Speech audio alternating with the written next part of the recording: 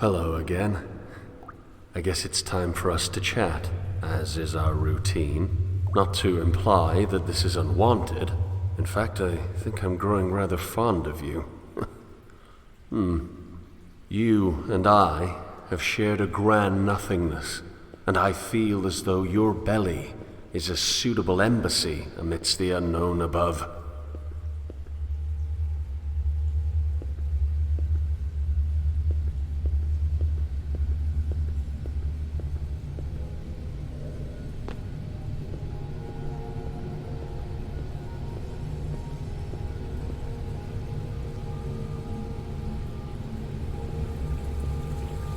Do you want me here?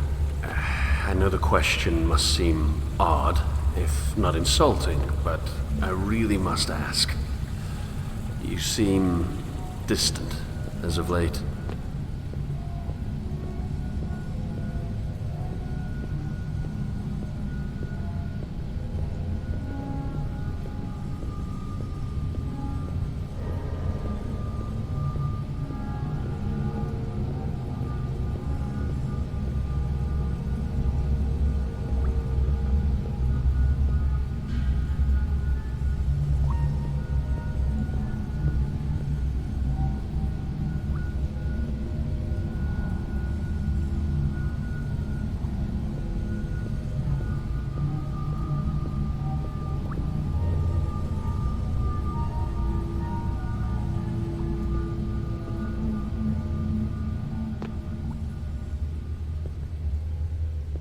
Admittedly, and please do not take offense, your innards sometimes frighten me.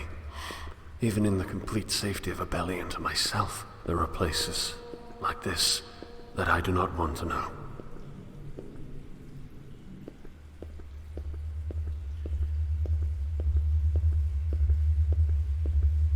I wonder if the dwellers would cluster together like rats if they really understood the true value of isolation. All of their pathetic little wars and ridiculous assumptions of superiority would be washed away if they all had their own private labyrinths to roam around in. Granted, they could never understand the importance of the individual, the megalomania of justice in the guild, order, and, yes, even the unknowing. It's far too strong. There really is no point in even attempting dialogue. As a child, before the lots were cast, my parents moved around a great deal. State of motion was not constant, of course, but it was frequent. Honestly, I loved the newness of it. I loved feeling like a sculpture, clay added over and over, but with an artist always ready to carve from my form that which I did not require, continually reshaping my psychology. Bags in front of me during the unfortunately early hours before departure. They seem to decrease in number with each successive voyage.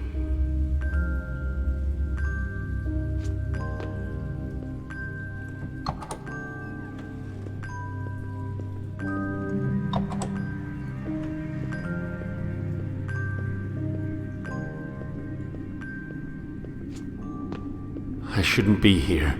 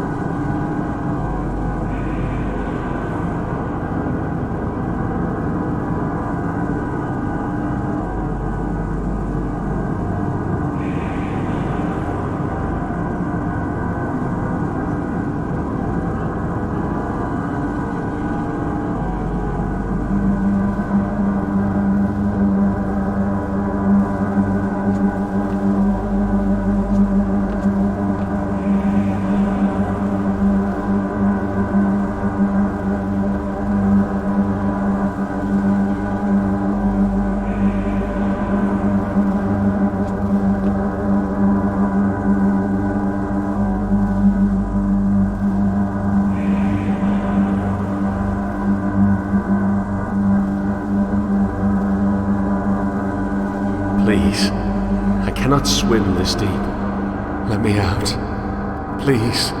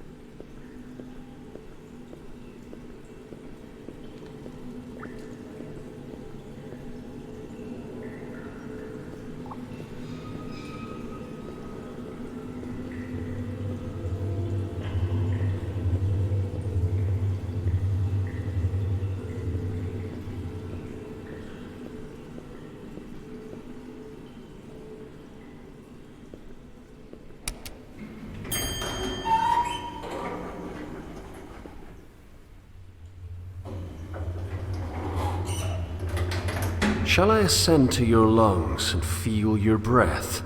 I think that would be lovely.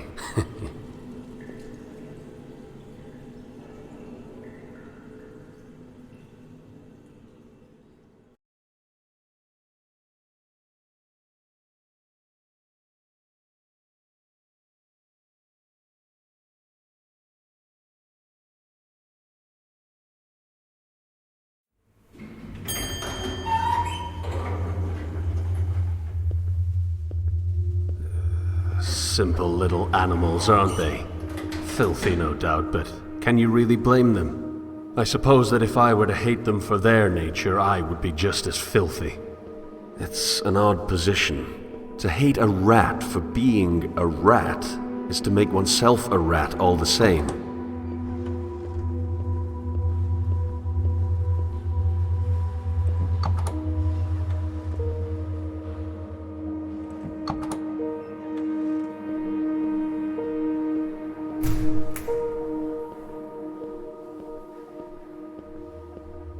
It's funny how they all hoard the same supplies.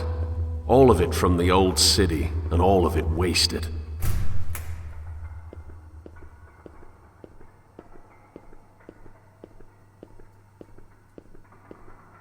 Would you grant me another ascent?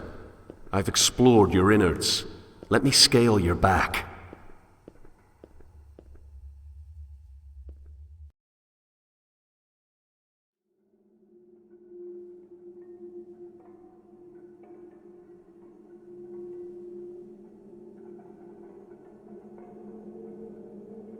It's always struck me as odd that evil is never self-aware. I mean, The most horrendous actions, these conglomerate endeavors of warring cabals, are caused by the best intentions. So all that's left is this grand suspicion of idiocy.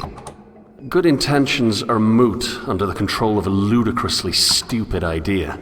But my contribution is hardly an appropriate contrast. I would like to argue that my contribution is non-existent, and thus superior to their negative impact. But the truth is, we're all infinitely terrible for not contributing at all, be it through neutrality or detriment.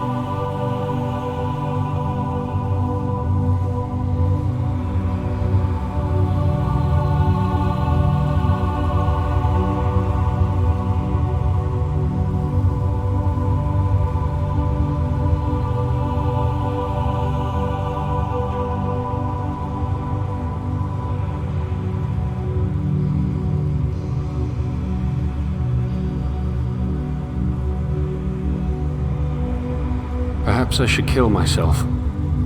It's a rather funny thought, actually. The standard reason for suicide entails depression. A sad portrait of a weak mind. But my desire for death is far more utilitarian.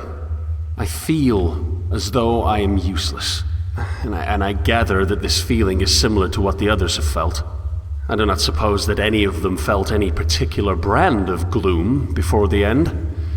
Just a single shade of grey. At any rate, I prefer this situation to its emotional alternative. We Minotaurs are only different in that we're honest. We see what our species has become. We see the disease, and we see that there's no cure. What, then, Should I linger until I grow old and die, affecting nothing and assuming the role of sewage? No. I'm beginning to feel as though the only honorable route is a swift end. Time has changed from an agent of death to an agent of cleanliness, wiping away existence like some sort of cosmic and crematory disposal. And I best incinerate myself before the universe is forced to deal with me through age.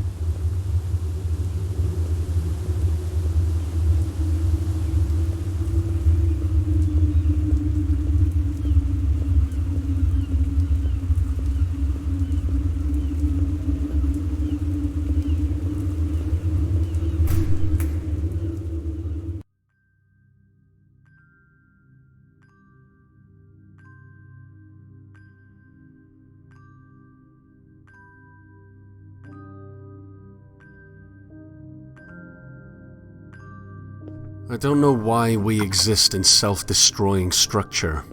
We all share a fondness for that which is correct, and we're all certain that we have it. But there must be a way for that loyalty to flourish without burning the last shreds of coexistence between our species. That is, a species that is primarily defined by its diversity. I don't know if I'm arrogant for assuming that my desire for progress is any indication of my task as a catalyst, but I tried to find Tarshish already. Only in my attempted escape did you find me, and I do not believe that you found me without reason.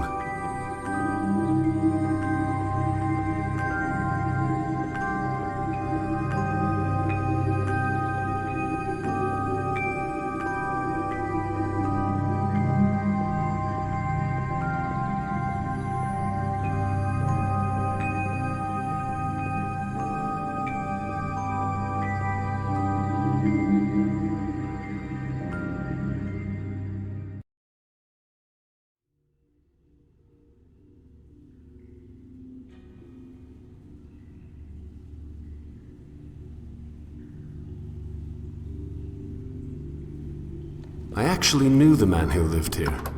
I believe his name was Solomon, though he insisted that the matter was irrelevant. During the few times we spoke, he seemed ungrateful to the point of mental masochism. He would consistently act as though you have somehow maliciously trapped him within your confines to limit what can be done with the outside. I, of course, know you better. You and I have a special relationship.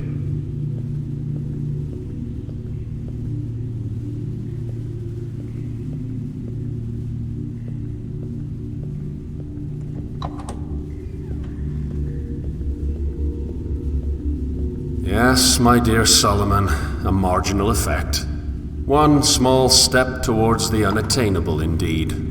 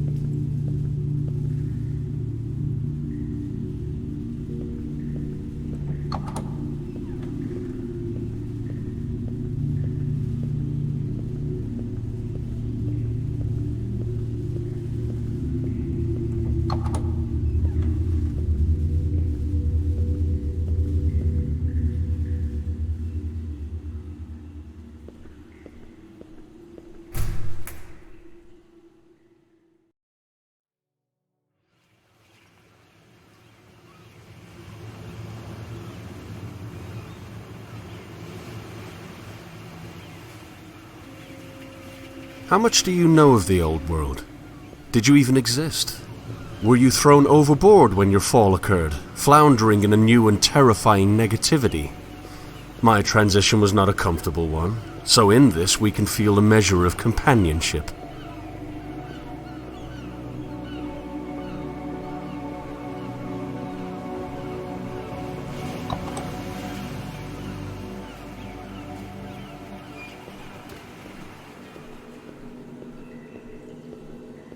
Books on top of books on top of books.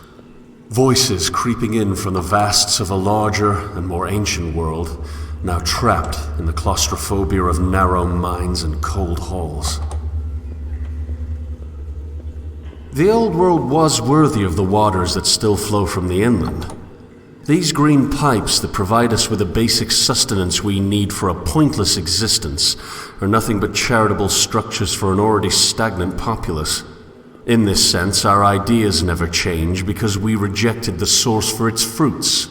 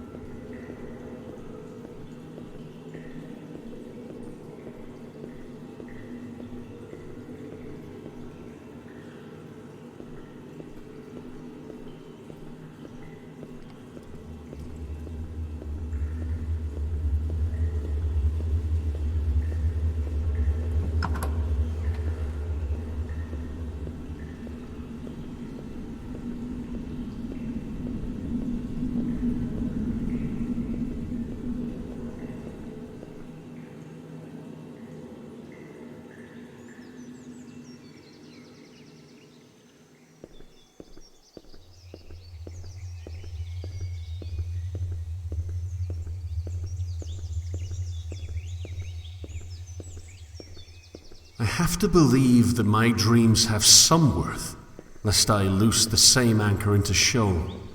I have to believe that creation itself can bring life to cyclical demise.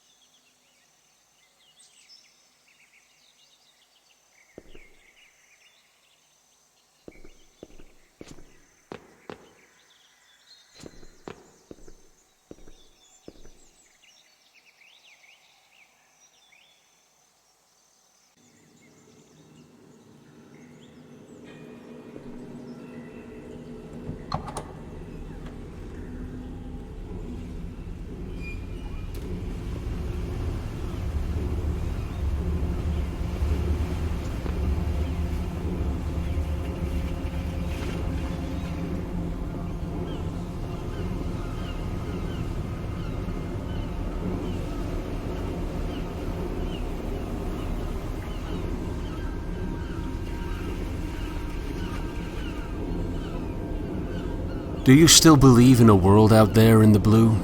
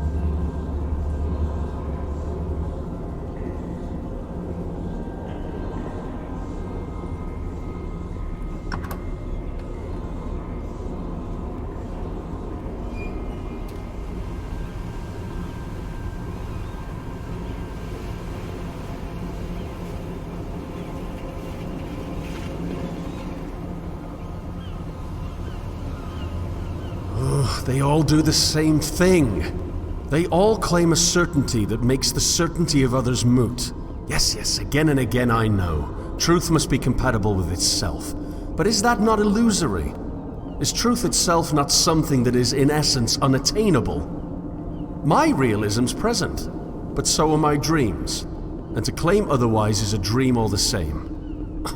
It's as if they have dreamt of a world without dreams.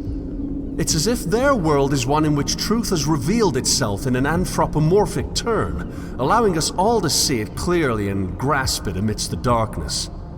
Sad, yes, that we all see a different beacon. Now, all I see is void, and I do not know what's left other than to give up and stagnate in your belly. I may not have their full sense of certainty, but as of now, I cannot present an alternative. Truth must be compatible with itself, but that is irrelevant when truth is outside our reach. Onward with conflict, then, and onward with my labyrinth.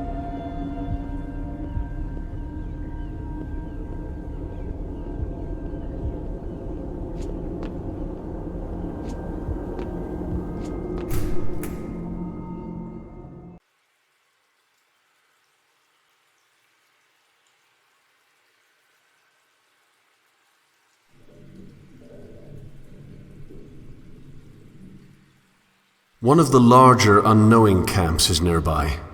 Their lack of organization tends to make it difficult for them to avoid the conflicts between the Guild and the Order. Of course, the unknowing themselves make their own little raids. This results in it being difficult to maintain any sense of pity.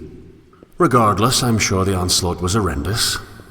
People never fight harder than when someone else attempts to uproot their anchor, even if that someone only does so by existing.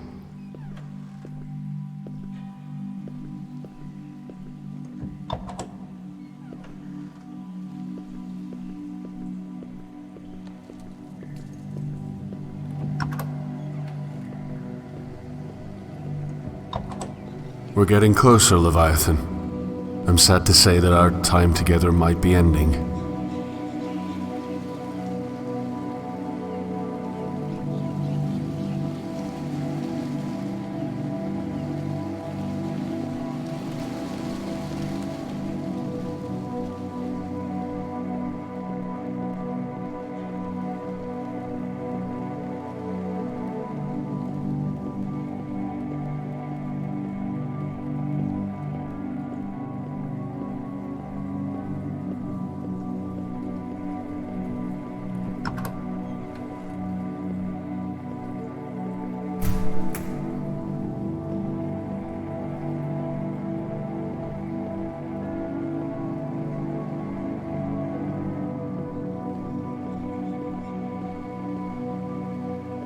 All of our dreams at their core involve some sort of contentment. This is the one desire we all share, but is it a goal that really should be met? After finding contentment, what then? Where is there left to explore after the last temporary comforts of happiness have been extracted?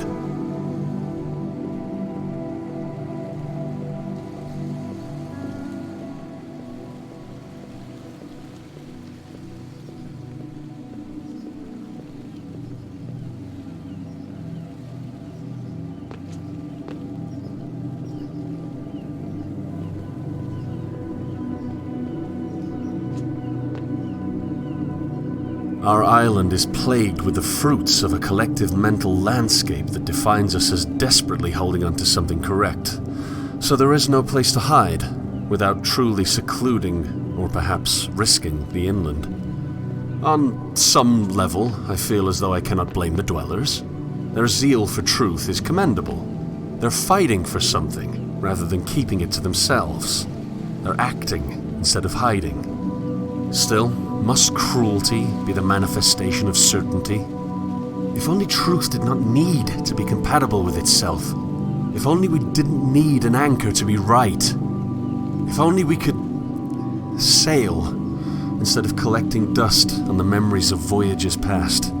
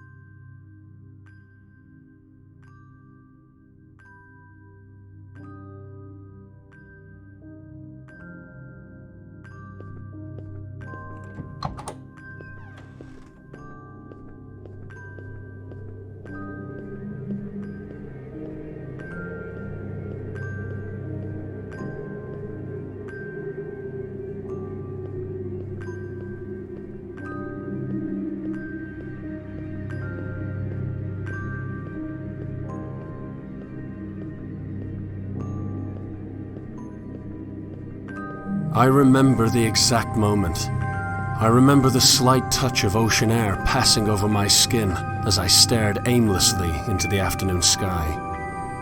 It's interesting how, though generally more depressing, I actually preferred a cloudy sky to a clear one. Two vast expanses of blue separated do not have that quality of diversity that a more speckled display boasts.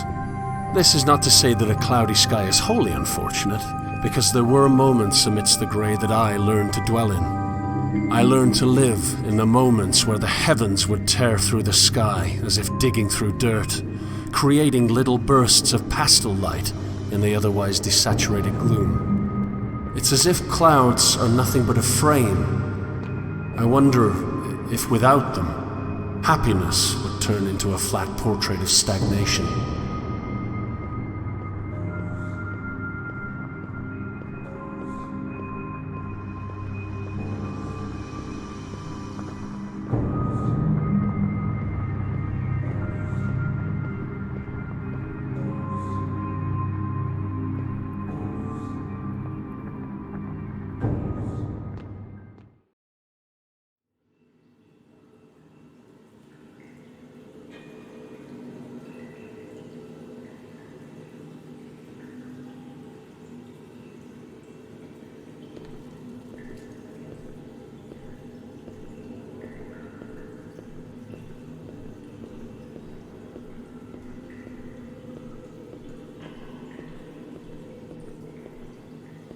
We're almost there, Leviathan. The final step between me and the old city's upon us. I wish I could take you along.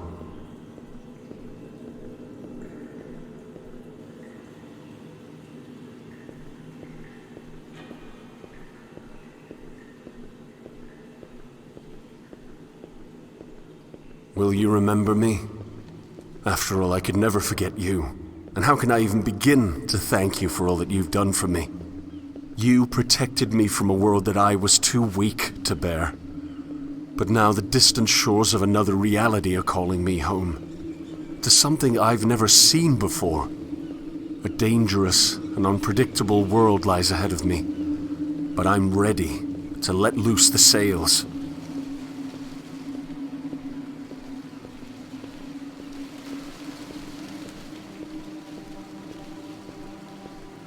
Here it is. The leap. Goodbye, my old friend.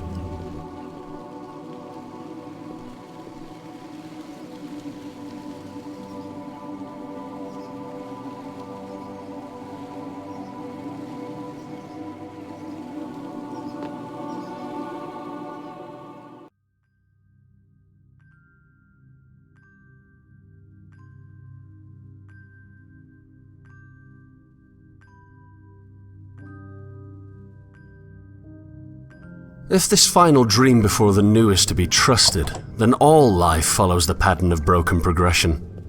Some call it redemptive history, still others call it galvanization, yet the trajectory is undoubtedly the same. We exist on a familiar shoreline, with the waters lapping at our feet. We look back and see an explored and thus frozen world. Then, as if subconsciously recognizing the need for change, we dive into a prison of even further inactivity. My prison was my only friend, it seems. But even he saw fit to spit me upon a new shore. It wasn't his fault that I was a parasite. But was he necessary at all? After being cast out, was devolution in his stomach the appropriate next step? Why couldn't I have simply washed ashore to the Old City?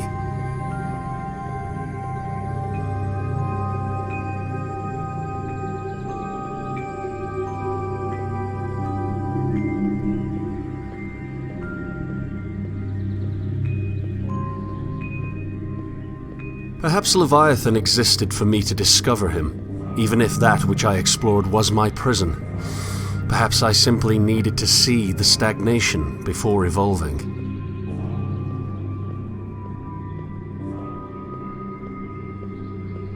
When I was a child, I was given a rowboat.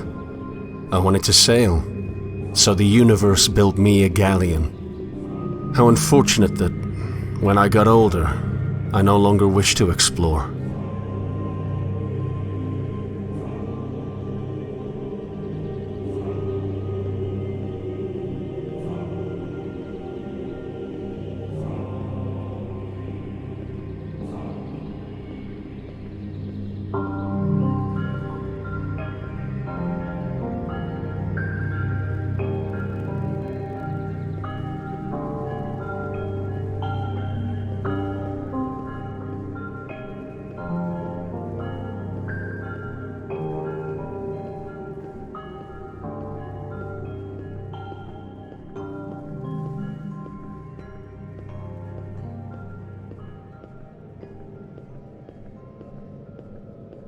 I am going to explore again.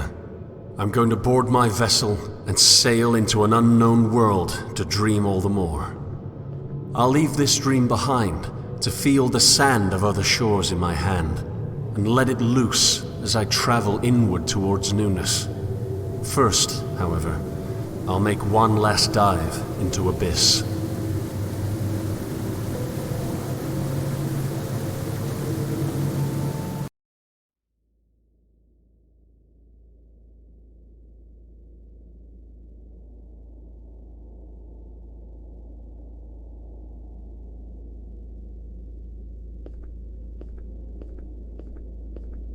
Here lies my captor, the great. My foundation's been disintegrated. I'm left with nothing but void. However, the baby of belief need not be thrown out with the bathwater of certainty. An assertion from an assumption is still an assertion, making any deduction from that foundation subject to critique. I may not be able to deduce from a place that I know to be true, but that, like a child, I regressed with no end. Over and over I asked, why, as each answer demanded further questioning. Eventually, I convinced myself that the regression was nonsensical, by nature of it being childish. But what if that childlike curiosity is the vessel that can bring us to usefulness? What if we put aside the certainty and adopt discovery?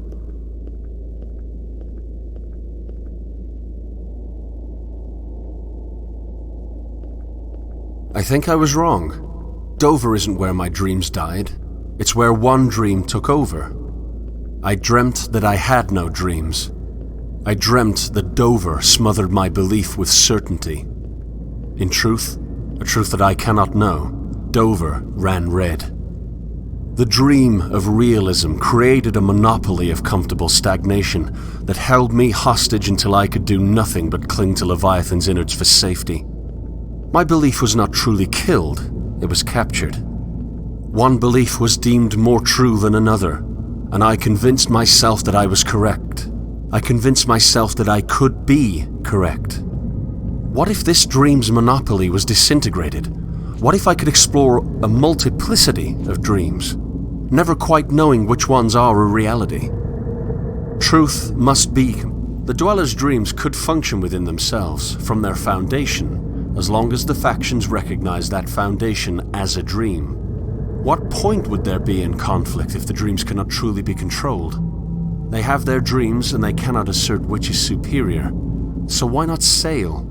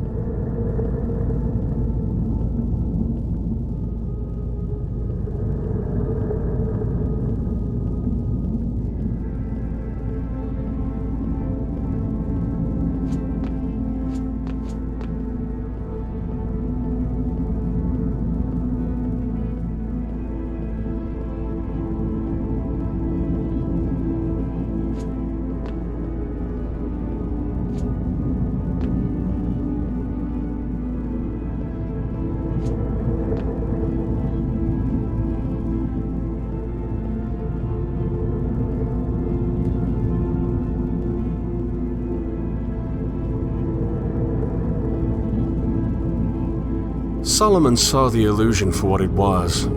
He saw that the lack of dreams was a dream itself. His downfall was in his pessimism, however. He saw the manifesting process of dreams to be too slow. But of course it is, my dear Solomon. The dreams will never manifest in our lifetime, but that's where they have their worth. The dream, the ideal, is an object whose grasp should never be fully achieved. It is in the desire for the object that our true desire should lie. We should desire to desire, and in presenting the ideal to a fallen world, we will make incremental steps towards perfection as the eschaton approaches. One giant leap for a man, one small step for mankind, Solomon.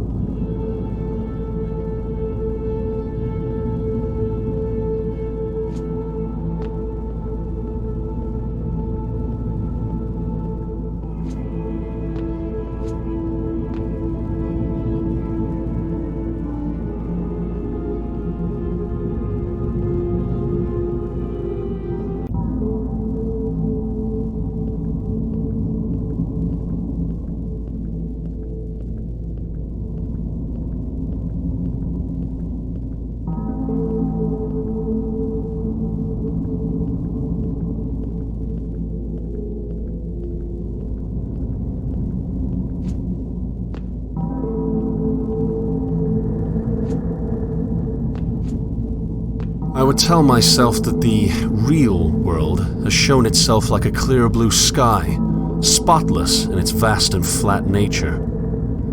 I tricked my own mind into believing that belief itself was not present. Now that the illusion has been revealed, I'm left believing that I can't know. Truth must be compatible with itself based on a starting point I can't prove. I can't assert which dream is not a dream at all because they're all just dreams. Why not discover the dreams I can't control, rather than hiding portions of them away to let what I was certain of flourish?